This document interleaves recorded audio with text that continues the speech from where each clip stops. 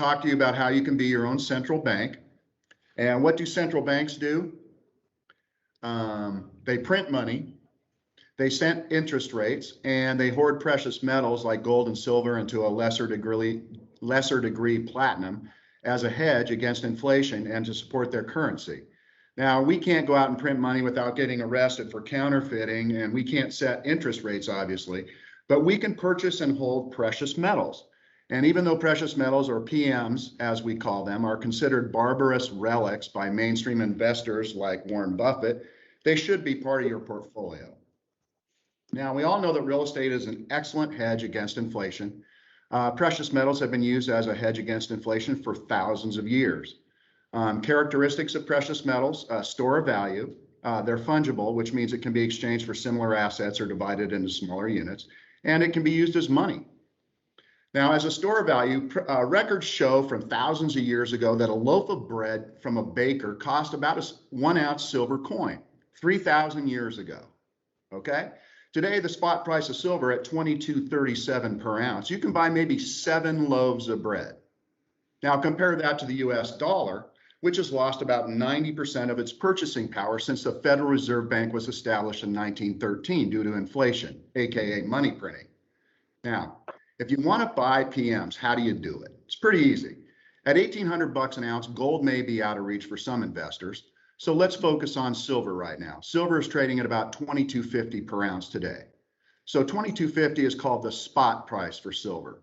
When you buy silver, you pay a premium over spot. The premium varies, but can be as low as about $3 per ounce if you find the right dealer, and up to $12 depending on the type of silver you're buying. Now, the easiest way to get started is to Google local coin shops.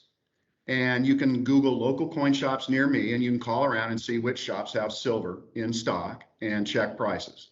And then when you go to the shop, you usually have to buy as little as 10 ounces or as much as you've made arrangements for.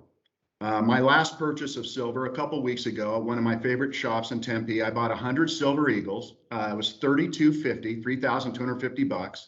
So $32.50 per ounce, which is $10 over the spot price of silver.